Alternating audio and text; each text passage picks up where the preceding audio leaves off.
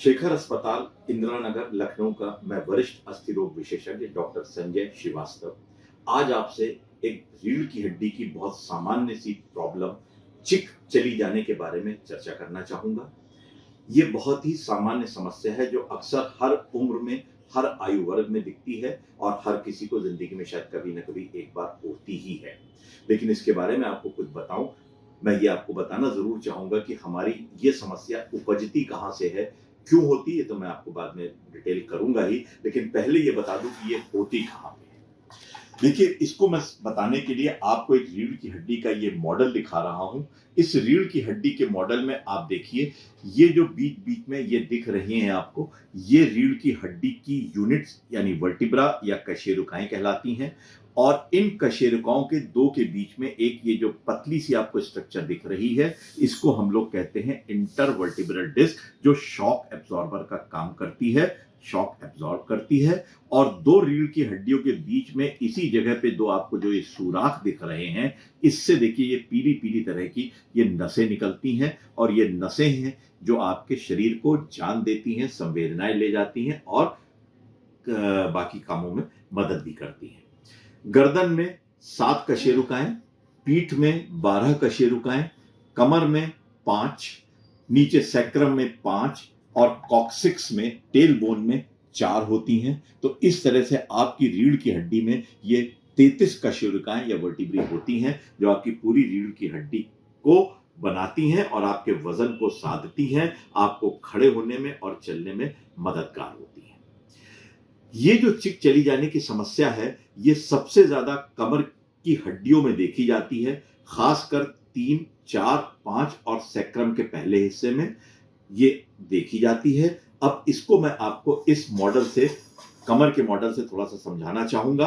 अगर आप देखें तो ये रीढ़ की हड्डी का जो मॉडल है, इसमें कशेरुकाओं में ये आगे की तरफ जो है ये एक बोनी पार्ट है, इसके पीछे भी बोनी पार्ट होता है। और अंदर की तरफ आप देखें तो एक ये कैनाल या नलिका दिखाई देती है, जिसके अंदर ये पीली पीली आपको केबल वायर जैसी स्ट्रक्चर दिख रही है, जिसको मेरुदंड या स्पाइनल कॉर्ड कहते हैं। दो कशेरुकाओं के बीच में ये जो लाइट येलो कलर की स्ट्रक्चर है, इसको इंटरवर्टिब्रल डिस्क कहते हैं। और इसी से करस्पॉन्ड करता हुआ यहां पे देखिए दो ये सुराख होते हैं, एक इधर का ये है और इधर का देखिए ये है, जिनसे ये नसें निकलती हैं। और ये नसें नीचे पैरों को जान देती हैं, गर्दन से निकलने वाली नसें हाथ को जान देती हैं। तो इस तरीके से जो कमर की 3 नंबर, 4 नंबर, 5 नंबर और नीचे सैक्रम के बीच की ये जो गद्दियां हैं, इंटरवर्टिब्रल डिस्क हैं, यहीं पे चिक की समस्या होती है। होता क्या है कि जब भी कभी आप अचानक से झुकते हैं, बिना सही मुद्रा अपनाए, बिना सही तरीके से काम किए हुए, तब इस रीढ़ की हड्डी में इन गद्दियों पर दबाव 4 से 5 गुना बढ़ जाता है, जिसकी वजह से ये गद्दी का जो बाहरी प्रोटेक्शन है वो रप्चर हो जाता है, फट जाता है और अंदर का ये गुठली नुमा पदार्थ लाल रंग का ये बाहर निकल आता है। और ये लाल रंग का पदार्थ जब ये बाहर निकल आता है, जिसको न्यूक्लियस पल्पोसस कहते हैं, ये नसों को दबा सकता है। अगर सेंटर में होगा तो ये स्पाइनल कॉर्ड को दबा सकता है, या साइड में होगा तो ये रूट को दबा सकता है। और इस परिस्थिति में दर्द पूरे पैर में चला जाता है, जिसको सामान्य भाषा में अर्कुन्निसा या शियाटिका कहते हैं। तो चिक की समस्या दोषपूर्ण मुद्रा से, सही तरीके से आगे न झुकने से, सही तरीके से वजन न उठाने से होती है, जिसमें गद्दी पे ज्यादा जोर पड़ने से गद्दी डैमेज हो जाती है, फट जाती है और उसके अंदर का एक गुठली नुमा पदार्थ न्यूक्लियस पल्पोसस बाहर निकल करके कैनाल में आ जाता है या रूट पे आ जाता है और आपको पैरों में दर्द की शिकायत शियाटिका के रूप में देता है। तो ये स्ट्रक्चर इसलिए बहुत इंपॉर्टेंट होती है और ये शॉक एब्जॉर्बर का काम भी करती है, क्योंकि आपके सारे शरीर का वजन इसी के माध्यम से आता है। अगर वजन बहुत बढ़ जाएगा तो इस पर दबाव भी बढ़ जाता है और इसके फटने की संभावनाएं और इस गुठली के बाहर निकलने की संभावनाएं बढ़ जाती हैं।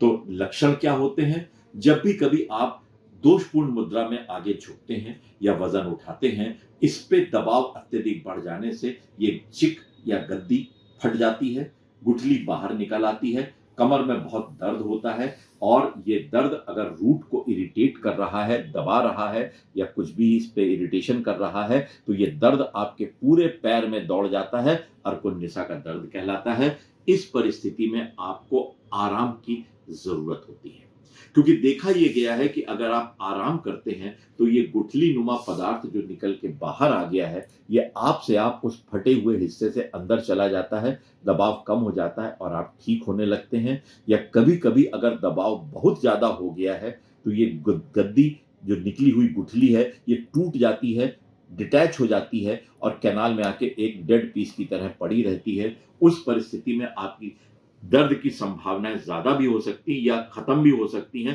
क्योंकि फिर हो सकता है वो नसों को न भी दबा रही हो। तो जब भी कभी आपको इस तरह की एक्यूट स्टेज हो, तीव्रता की स्टेज हो, आप आराम करें। 2-3-4 दिन आराम करने से ये थोड़ा सा रिलैक्स हो जाता है। दवाइयां ले सकते हैं, दर्द निवारक, मांसपेशियों को ढीला करने वाली। अपनी सुविधा के अनुसार आप गर्म पानी की या ठंडे पानी की सिकाई कर सकते हैं। लोकल लेवल पे मल्लम भी लगा सकते हैं। और अगर आपका ये डिस्क से निकला हुआ गुठली नसों को दबा के आपको शियाटिका को जन्म दे रही है, तो उसमें कुछ दवाइयां दी जाती हैं जो शियाटिका के दर्द को कम करती हैं। एक बार जब इसकी तीव्रता कम हो जाए तो धीरे धीरे आप अपनी रोजमर्रा की सारी एक्टिविटीज शुरू करें और 3 से 6 हफ्ते के बाद जब ये तकलीफ काफी कुछ कम हो जाए, तब उसके बाद आप अपनी कमर को एक्सरसाइज के जरिए मजबूत कर लें, ताकि मांसपेशियां आपके शरीर का बोझ सह सकें और बोझ इन हड्डियों पे और इन डिस्क पे न जाने पाए। अगर किन्हीं वजहों से आपके पैर का दर्द या शियाटिका का दर्द नहीं कम हो पा रहा है, तकलीफ बढ़ रही है, तो उस परिस्थिति में जांच के लिए एमआरआई की जांच मुनासिब होती है, क्योंकि एमआरआई की जांच ही बता पाती है कि डिस्क से निकली हुई ये गुठली कितना इरिटेट कर रही है नस को, कहां पड़ी है। उसी हिसाब से आपको इलाज डॉक्टर सजेस्ट करता है। अमूमन 3 से 6 हफ्ते में आराम मिल जाता है और जब एक बार आराम मिल जाता है तो उसके बाद आपको अपनी मुद्रा सही रखनी है, आपको एक्सरसाइज करनी है और 3-4 स्थितियां ऐसी होती हैं जहां पे आपको ऑपरेशन की जरूरत भी पड़ सकती है। अगर आपके टट्टी पेशाब की जगह, मल मूत्र की जगह सुन्न पड़ने लगे, आपको टट्टी पेशाब करने में दिक्कत होने लगे,